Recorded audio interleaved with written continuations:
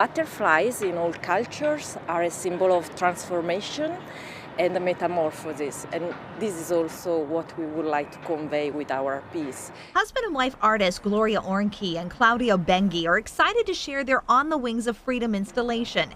At night, it will light up with interactive colors. The couple from the UK created it just for Light City, Baltimore. It's one of the top festivals in the world. The harbor is completely transformed.